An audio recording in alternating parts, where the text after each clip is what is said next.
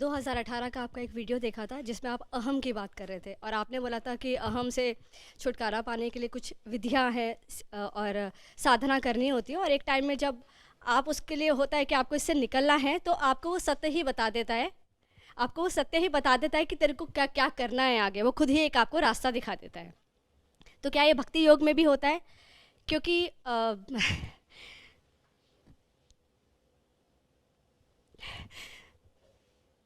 मैं सॉरी,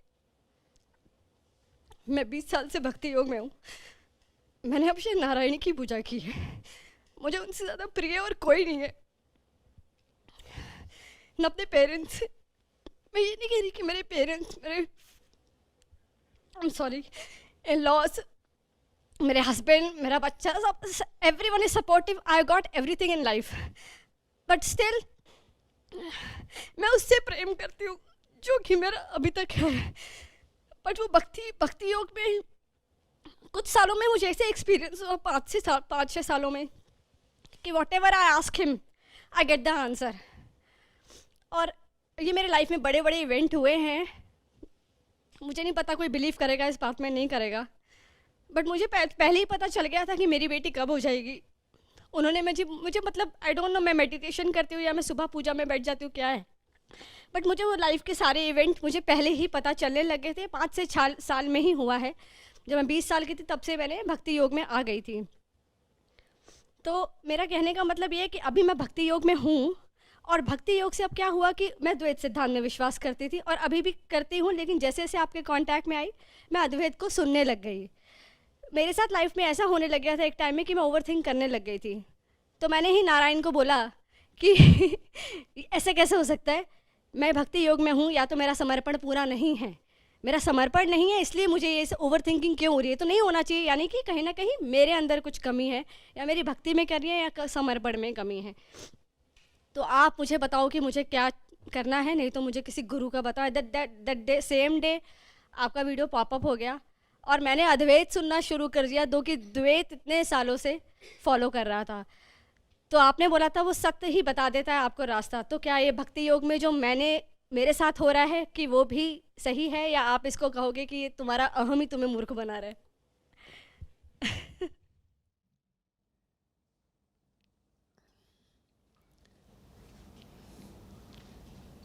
देखिए, सारे हिसाब किताब के अंत में ना ये भी मात्र शब्द ही हैं, द्वैत अद्वैत। हम्म अंततः जब सब आप लिख डालते हो, कर डालते हो और कहते हो पूरा निपट गया, तो बस एक चीज मायने रखती है, नियत, इरादा, कामना, जिसके लिए विशुद्ध शब्द है प्रेम। नहीं तो फिर द्वैत अद्वैत ही क्यों बोलना है, फिर उसमें विशिष्ट द्वैत भी ले आइए, और फिर आप सिर्फ जो वेदांत की धाराएं हैं उनका नाम क्यों लेंगे, फिर उसमें न्याय वैशेषिक भी ले आइए, सांख्य और योग भी ले आइए, फिर उसमें आप बस भारतीय दर्शन तक भी क्यों सीमित रहें। और भारतीय दर्शन में भी हमने जिनकी बात करी वो सब आस्तिक दर्शन है। फिर पहले तो भारतीय में ही नास्तिक दर्शन लेके आइए, जैन बौद्ध चारवाक ये सब लेके आइए। फिर आप बाहर जाइए पश्चिम में, तो वहाँ भी एक से एक दर्शन रहे हैं, ये कोई कोई अंत ही नहीं है। फिर मैं आपको बस द्वैत अद्वैत की क्या तुलना बताऊंगा। क्योंकि आचार्य जी, मैं भक्ति से अब ज्ञान योग की तरफ आ रही हूँ। मुझे लगता है मुझे जानना है, मैंने मान तो लिया। मुझे कभी समझ में ही नहीं आया कि एक से दूसरी तरफ जाने का अर्थ क्या होता है।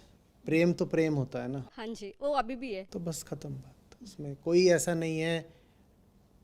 मैं मुझे ये बात शुरू से ही समझ में नहीं आई थी। जब समझ में नहीं आई तो मैंने एक एक शास्त्र को कई कई कई कई बार पढ़ा, ये समझने के लिए कि ठीक ठीक बताओ कहाँ पर तुम कहते हो कि मार्ग सारे अलग हो जाते हैं।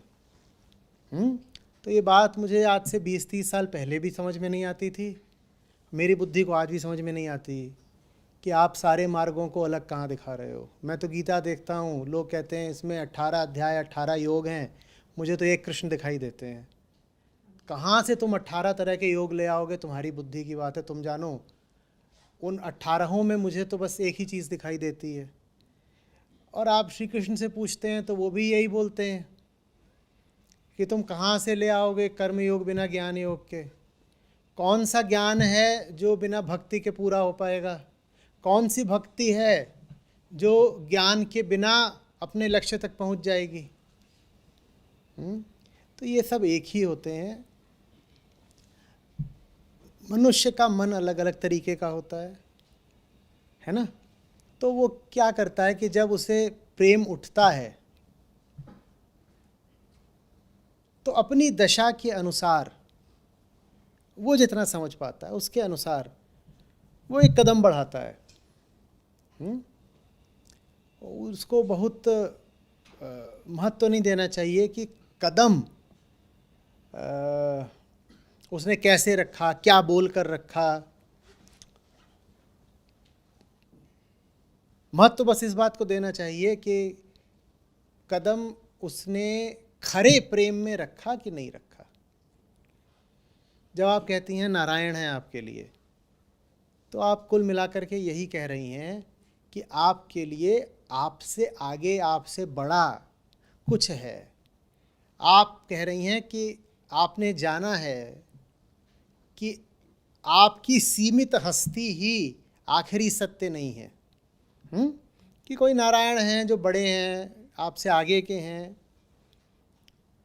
इतने सुंदर हैं कि आप उन्हें प्रेम कर सकती हैं, इतने सच्चे हैं कि आप उन पर विश्वास कर सकती हैं। ठीक है ना। हाँ, तो जिन्हें आप नारायण कह रही हैं उन्हीं को आप अगर आत्मा बोलने लगेंगी तो ज्ञान योग हो जाएगा। तो हम शब्दों के फेर में काहे को पड़ें? जिन्हें आप नारायण कह रही हैं और जिनका चिंतन आप सगुण तौर पर कर रही हैं, है ना, उन्हीं को अगर आप आत्मा बोल देंगी तो आपको ही कह देगा अरे ये तो ज्ञान मार्गी हैं। तो हम क्यों खिलवाड़ करें शब्दों के साथ? कुल मिला के बात यह है कि आप अपनी ही हस्ती को आखिरी मानते हो या किसी को अपने से बड़ा भी मानते हो। आध्यात्मिक आदमी वो है जो जान गया है कि अपनी हस्ती को जितना जानता है उसकी सच्चाई उससे कहीं ज़्यादा बड़ी है। बस ये परिभाषा है। वो जो बड़ी सच्चाई है उसको तुम मुक्ति बोल दो, उसको सत्य बोल दो, उसको ब्रह्म बोल दो, उसको ईश्वर बोलो, नारायण बोलो, हरि बोलो, विष्णु बोलो, शिव बोलो, वो तुम्हारी मर्जी है, जो बोलना है बोलो, गॉड बोल दो, जो बोलना है बोलो, मर्जी है। जो नास्तिक बोलते हैं अपने आप को एथीस्ट, वो भी फ्रीडम में यकीन रखते हैं कम से कम। तो तुम उस बड़ी चीज़ को फ्रीडम भी बोल सकते हो कि फ्रीडम, वो कहते हैं freedom is such an important value that to uphold it I am prepared to lay down my life. तो यही तो कह रहे हैं कि मेरे जीवन से भी बड़ा कुछ है। वो कहते हैं फ्रीडम इतनी बड़ी चीज़ है कि हम उसके लिए जान दे देंगे। बस तो आस्तिक वही है, आध्यात्मिक आदमी वही है जिसके पास कुछ अपने से बड़ा हो, जिसके लिए जान भी दी जा सकती हो। जान देना माने देह से बड़ा कुछ, देह के प्राण जाते हैं ना। कुछ ऐसा होना चाहिए आपके पास जो आपके लिए, आपके देह से, आपके जीवन, आपके प्राण से बड़ा है। उसका नाम चाहे हरि हो, विष्णु हो, नारायण हो, शिव हो, चाहे आत्मा हो, गॉड हो, अल्लाह हो, या चाहे उसका नाम सिर्फ फ्रीडम हो, कोई फर्क नहीं पड़ता। आपके लिए आपसे बड़ा कोई है ना, बस हो गया।